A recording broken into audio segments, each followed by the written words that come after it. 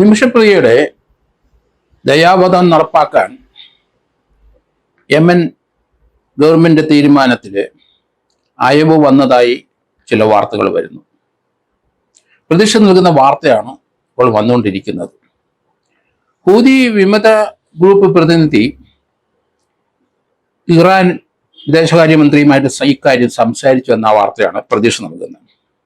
Houthi വിമത നേതാവ് Abdussalam Iran വിദേശകാര്യമന്ത്രി അബ്ബാസ് അഗരാച്ചിയുമായിട്ട് സംസാരിച്ചു എന്നാണ് പറയുന്നത്.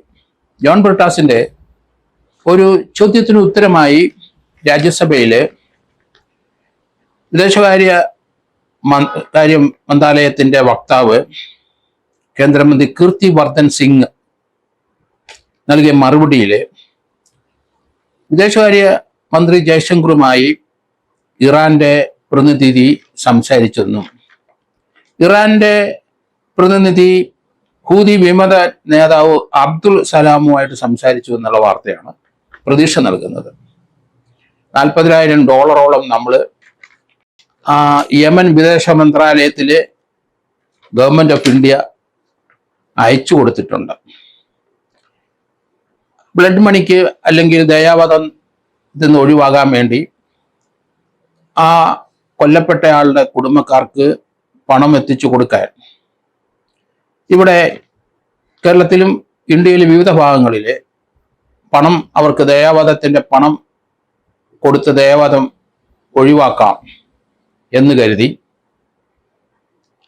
അവരെ സംഘടിപ്പിച്ച പണമൊക്കെ അവിടെ ഏകദേശം എത്തിയിട്ടുണ്ട്. വിദേശകാര്യ മന്ത്രാലയത്തിന് അറിവോടുകൂടി അവിടെ ഒരു അഡ്വക്കേറ്റ് നിമിഷപ്രിയയ്ക്ക് വേണ്ടി പ്രവർത്തിക്കുന്നുണ്ട്. 2017 ജൂലൈയിലാണ് നിമിഷപ്രിയയെ അവിടെ അറസ്റ്റ് ചെയ്തത്. 2020 അവരെ തൂക്കാൻ വിധിക്കുകയും ചെയ്തു.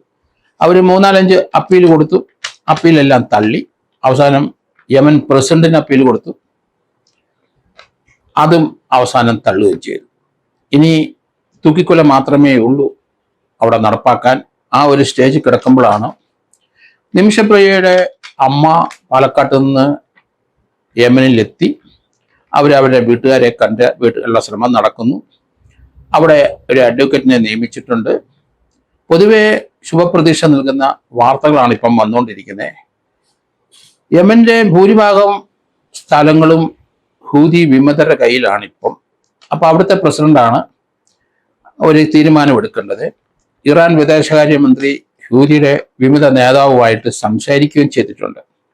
ഇറാൻ വിദേശകാര്യമന്ത്രിയുടെ ആ നീക്കം അത് കുറെ നാളുകൊണ്ട് നമ്മൾ പ്രതീക്ഷിക്കുകയായിരുന്നു. ഇന്ത്യൻ വിദേശകാര്യ മന്ത്രി ജയശങ്കർ ഗൾഫ് കൺട്രിയിൽ വെച്ച് ഇറാൻ മന്ത്രിയെ കണ്ടു, വിദേശകാര്യമന്ത്രിയെ കണ്ടു, സംസാരിച്ചു. അതിന് റിയാക്ഷൻ ഉണ്ടായി. അവരെ ഹൂതി വിമത നേതാവ് അബ്ദുസലാമുമായിട്ട് അദ്ദേഹം സംസാരിച്ചു എന്ന് ഹിന്ദുവിൻ്റെ ഒരു വാർത്ത ഇപ്പം വന്നിരിക്കുന്നു.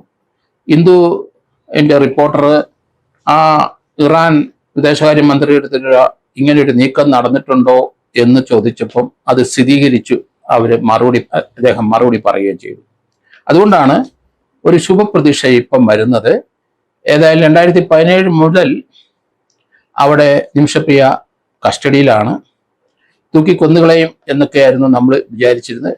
എങ്കിലും ഇപ്പോഴത്തെ നീക്കം അത് വിദേശകാര്യ മന്ത്രാലയത്തിലെ മന്ത്രി ജയശങ്കറിന്റെ ഒരു ശ്രമഫലമായുള്ള നീക്കം ഫലപ്രദമായി എന്ന് വേണം കരുതാൻ. ഇറാനിലെ മന്ത്രി അംഗീകരിച്ചിരിക്കുന്നു ആ നീക്കം.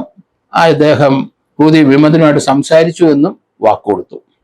ഇനിയിപ്പം $40,000 വിദേശ മന്ത്രാലയം അവിടെ എത്തിച്ചു കഴിഞ്ഞിട്ടുണ്ട്. $40,000 അവിടെ എത്തിച്ചു കഴിഞ്ഞിട്ടുണ്ട്. ഇനി അത്രയും ഡോളറുടെ ചിലപ്പം കൊടുക്കേണ്ടി വരും. അങ്ങനെ കൊടുക്കേണ്ടി വന്നാൽ തന്നെ അത് ഇവിടെ പെട്ടെന്ന് സ്വരൂപിച്ചെടുക്കാൻ ഇവിടുത്തെ സംഘടനകൾ പലരും റെഡിയായിട്ടുണ്ട്. അതുകൊണ്ട് നിമിഷപ്രിയയുടെ മോചനം ഇതിൽ വളരെയധികം പ്രതീക്ഷയുണ്ട്. ഒരു മലയാളി അവിടെ തൂക്കാൻ വധിച്ച് അവിടെ കിടക്കുന്ന കാര്യവും നമുക്കറിയാം. അദ്ദേഹത്തിന്റെ വീട്ടുകാര്, ആ മരണപ്പെട്ട കുട്ടിയുടെ വീട്ടുകാര് ദയാമണി സ്വീകരിച്ചു എന്നാണ് മനസ്സിലാകുന്നത്. അതുകൊണ്ട് അദ്ദേഹത്തിന് ഏത് സമയം മോചനം നടത്തും എന്ന് നമ്മൾ പ്രതീക്ഷിക്കുന്നു. 8-10 മാസങ്ങളായി ഏത് നിമിഷവും മോചനം ഉണ്ടാവുമെന്ന് ആ മലയാളിയുടെ അമ്മ ഇവിടെ പ്രതീക്ഷയോടെ കാത്തിരിക്കുന്നത് നമുക്ക് കാണാം. എന്തായാലും മലയാളിയ അദ്ദേഹത്തിനെ തൂക്കയറിൽ നിന്ന് രക്ഷപ്പെടുത്തിയിട്ടുണ്ട്. നിമിഷപ്രിയയെ അവിടെ നിന്ന് തൂക്കയറിൽ നിന്ന് രക്ഷപ്പെടും എന്നാണ് ഇപ്പോൾ കിട്ടുന്ന വിവരങ്ങൾ.